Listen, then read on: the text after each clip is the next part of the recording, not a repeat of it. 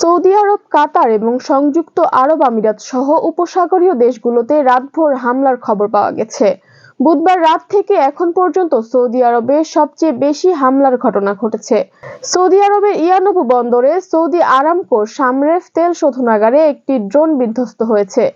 Saudi প্রতিরক্ষা মন্ত্রণালয় জানিয়েছে, রাজধানী রিয়াদ এবং দেশের পূর্বাঞ্চলীয় এলাকা জুড়ে 17টি ড্রোন ও 2টি ব্যালিস্টিক মিসাইল ভূপাতিত করা হয়েছে।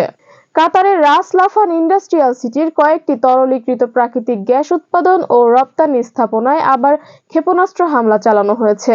বৃহস্পতিবার ভোরে ইরানে এই হামলায় স্থাপনাগুলোতে বড় ধরনের আগুন লাগার পাশাপাশি ব্যাপক ক্ষয়ক্ষতি হয়েছে বলে জানিয়েছে কাতার এনার্জি।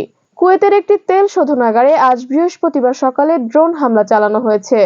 দেশটির রাষ্ট্রায়ত্ত সংবাদ মাধ্যম বরাতে জানা গেছে, হামলার ফলে সেখানে সীমিত পর্যায়ে অগ্নিকাণ্ড ঘটেছে। সংযুক্ত আরব আমিরাত কর্তৃপক্ষ জানিয়েছে যে তাদের আকাশ প্রতিরক্ষা ব্যবস্থার ব্যালিস্টিক মিসাইলগুলো প্রতিহত করেছে এবং আকাশে থাকা যুদ্ধবিমানগুলো ড্রোন ধ্বংসের কাজ চালিয়ে যাচ্ছে।